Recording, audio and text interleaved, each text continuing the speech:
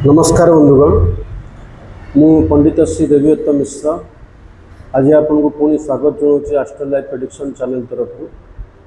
आज आम वास्तु संबंधी गोटे विषय रखा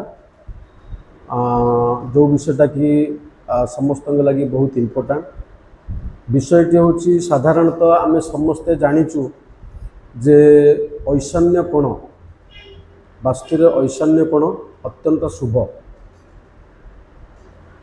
तो से जगह सब बेले परिष्कार रहा दरकार, सब से जगह टी नीच रहा दरकार, ये ज्ञान समस्त अच्छी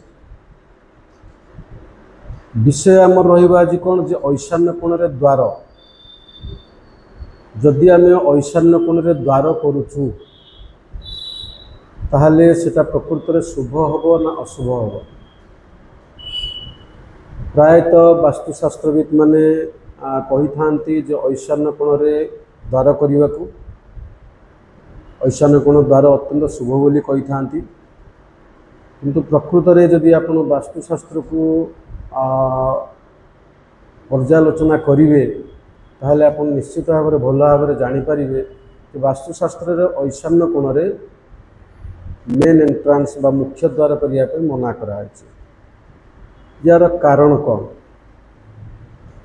शास्त्र तो मना कराई, लोक बेले बेले कहते बहुत वास्तुशास्त्री कहते जे ऐशान्य कोण द्वार करूँ, कि शास्त्र मना करुच्ची। प्रकृत यार कारण कौन? ये कारण ही आज आमर मुख्य विषय वस्तु जे आम ऐशान्य कोण द्वार कहीं करूनी, द्वार कले कौन हम। देखो ऐशान्य कोण बोली आम क्या कहूँ, उत्तर आ पूर्व दिगर मध्य भाग को आम ऐशान्य कोण बोली कहूँ। अर्थात उत्तर कोण जदि 0 डिग्री रहिला ताहले पूर्व दिग आपंकर 90 डिग्री अर्थात 45 डिग्रीटा है ऐशान्य कोण। पूर्वर आम द्वार विषय गोटे एपिसोड करूँ, से आम कही आलोचना थिला आमर रखी से जगह जे प्रत्येक दिग को आम 8 भाग में विभक्त करूँ 1 2 3 4 5 6 7 8 एमती कहीकि 8 भाग में विभक्त करूँ। जमी पूर्व दिगरे E1 E2 E3 E4 E5 एमती हिसाब से आम प्रत्येक दिग को नॉर्थ सेमती N1 N2 N3 N4 एमती कही प्रत्येक दिगरे आम 8टा पॉइंट रखुचु, अर्थात टोटाल 360 डिग्री को आम 832 भाग में विभक्त करूँ। बर्तमान आम ऐशान्य कोण जदि देखा ताले ऐशान्य कोण E1 पॉइंट अर्थात 45 डिग्री आपंकर ऐशान्य कोण 45 डिग्री पाखु आरंभ करके गोटे भाग पड़ो 11.25 डिग्री या भितर रहा आपंकर E1। तो ये जगह आम कहीं मुख्य द्वार करें ऐशान्य कोण तो बहुत शुभ, शास्त्र लिखाई ऐशान्य कोण बहुत शुभ, ताले ये जगह आम मुख्य द्वार कहीं करें। देखो या बुझा को चेष्टा करवा। आपण मैंने समस्ते जानते आस्ट्रो लाइफ प्रेडिक्शन सबुबले आपण को मूल विषय वस्तु को बुझा को चेष्टा करिछि। शास्त्रर एमती कौन मत को बा कौन कथा को अंध भाव में ग्रहण करंतुनि बोली बारंबार आपन को कही आछि। तो आज आम ये विषय जानिबा ये कहीं मुख्य द्वार हो पारिबोनी, शुभ स्थान घर सबुठु शुभ स्थान एटा, ये जगह आम कहीं मुख्य द्वार करिपारिबा। वास्तु मंडल भितर 45 देवता अच्छा, ये समस्त को जना अच्छे। जो मैंने वास्तु विषय विचार कर वास्तुशास्त्र विषय किसी ज्ञान रखुंट से ये 45 देवता विषय किसी ना कि ज्ञान अच्छे।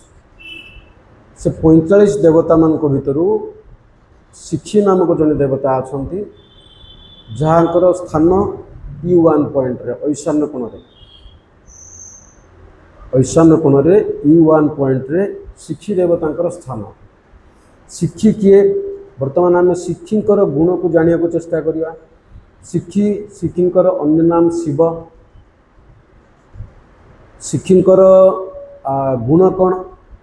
यांकर तत्व हूँ अग्नि तत्व, मन रखी था। शिखी अग्नि तत्व युक्त।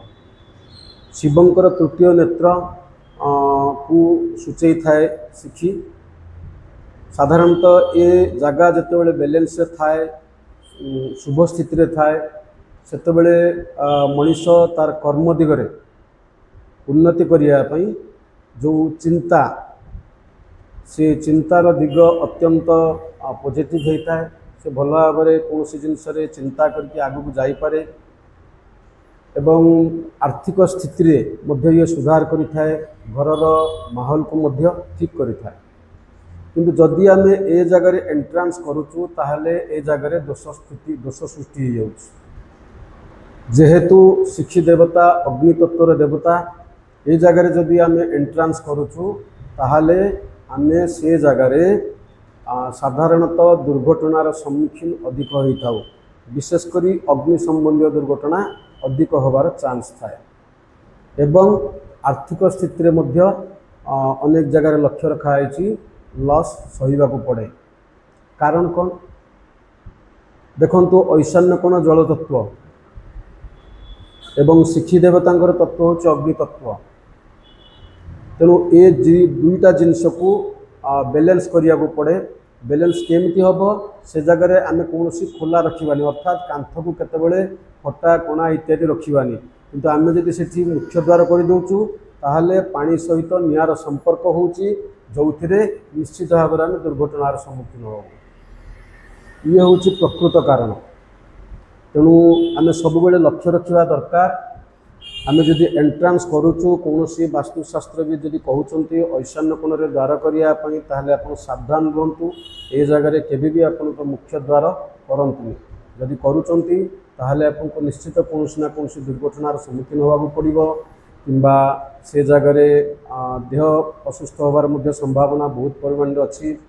आर्थिक क्षेत्र में स्थिति भल रही।